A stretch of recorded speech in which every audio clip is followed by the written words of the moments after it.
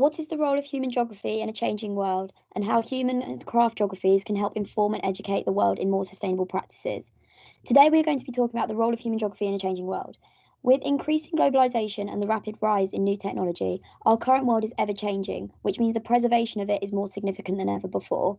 This presentation will be focusing on themes of sustainability in particular, as we believe this to be a highly relevant discussion point within the broad discipline of human geography.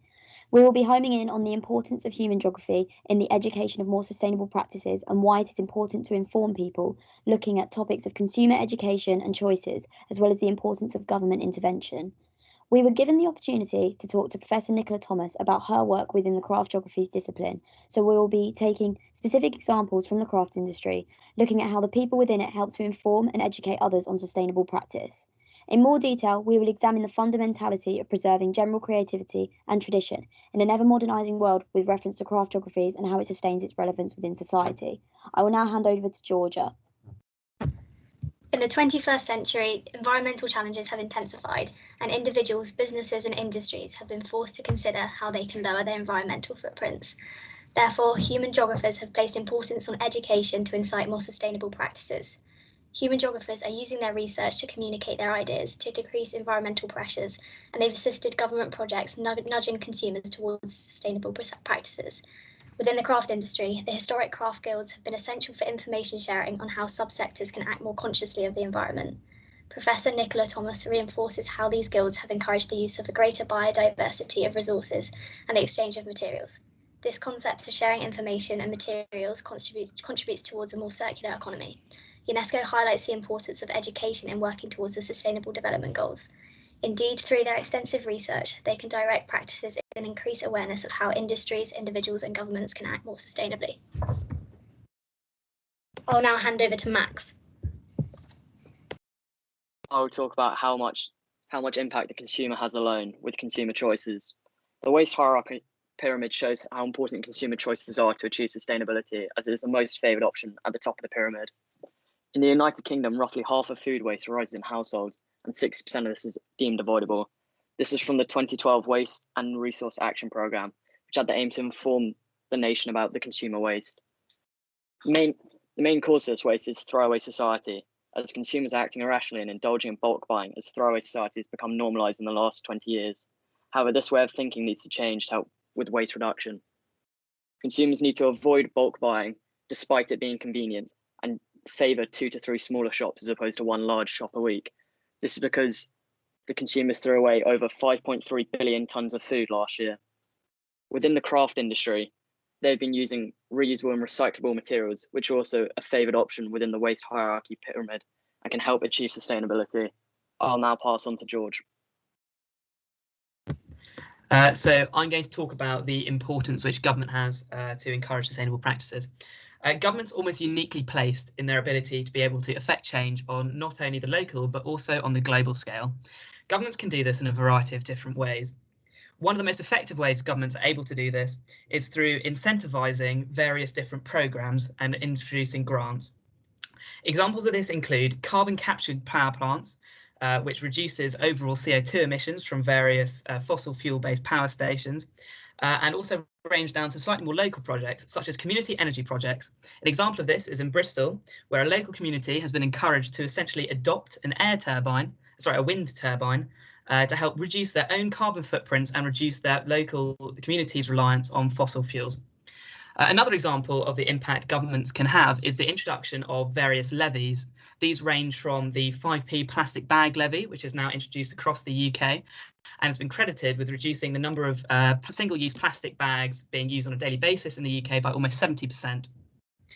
In Germany, for example, the introduction of a 5p bottle deposit scheme, whereby whenever you buy a can or a bottle, you pay a 5p deposit, has reduced the usage, has increased the recyclability rate of these items to 99%, and has been able to help Germany drive their overall recycling figures up to roughly 76%.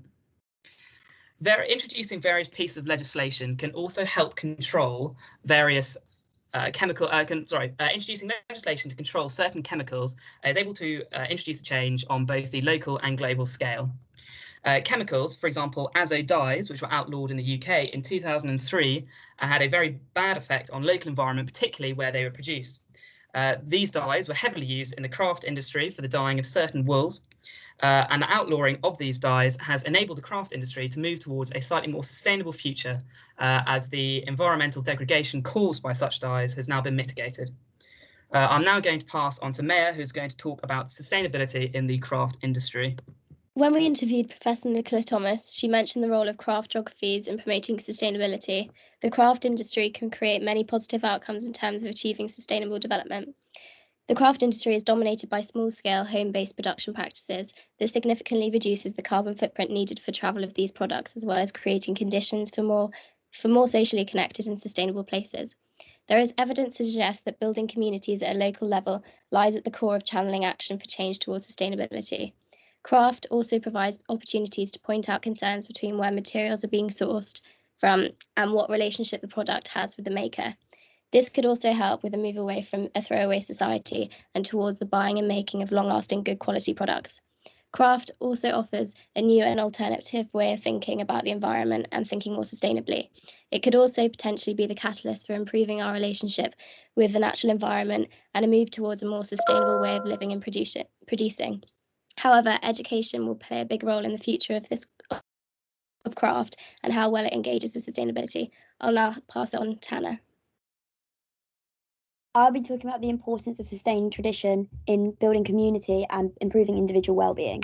In an ever-changing world, the preservation of tradition and individuality can prove to be difficult at times, with culture becoming increasingly homogenized across the globe, especially with the aid of technology and social platforms. People are more integrated than ever.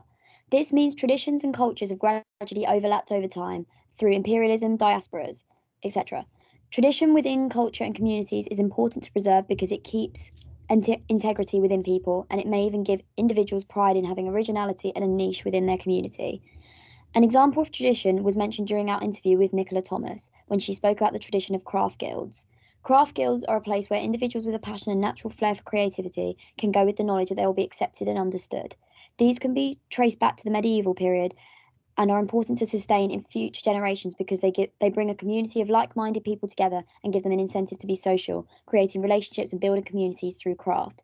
This is good for people's social and general well-being because people can build relationships with each other and find a sense of place within society. I will now hand it over to Tristan. What are the benefits of harnessing individual creativity in the workplace? Well, firstly, what's the issue? Individual creativity and intuition are commonly suppressed in workplace settings, particularly in large industrious firms. As a result of this, workers may feel insignificant, reducing workplace motivation and productivity. The realization of this issue in recent years has led to many large firms turning to organizations such as Project Happiness, a third-party well-being organization to carry out mental well-being workshops, commonly involving arts and crafts, and educating staff on the importance of mental and physical health. Partaking in such activities increases workplace productivity by improving the work-life balance, aiding individual well-being, making work much more manageable, and improving work-colleague relations. This can lead to increased employee collaboration and teamwork. Creativity can bring a shared sense of passion to the workplace, making even solo endeavors a collaborative process, and employees can bounce ideas off each other and consult group feedback and brainstorming. Importantly, hierarchical structures are softened as leaders and employees can make equally valid contributions in a creative scenario, which is particularly beneficial to motivate workers and increase workplace efficiencies. Furthermore, harnessing employee creativity reduces paid input required from creative third parties. There is a great deal of wealth and practical ideas within a workforce as they experience issues firsthand. As such, workers can be much more effective than third-party creative thinkers in finding solutions to everyday work-related issues. Now I'll pass on to Georgia to conclude. Therefore, geography plays a crucial part in educating people about sustainable practices.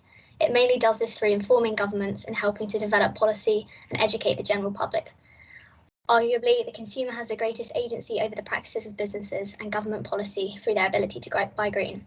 This allows the public to minimise their carbon footprint and become more green citizens of the 21st century. On a micro scale, the craft industry is engaging in more sustainable buying and business practices, thereby affecting the global scale due to the globalised nature of the modern marketplace. This has partially been achieved through the craft guilds, which act to share information.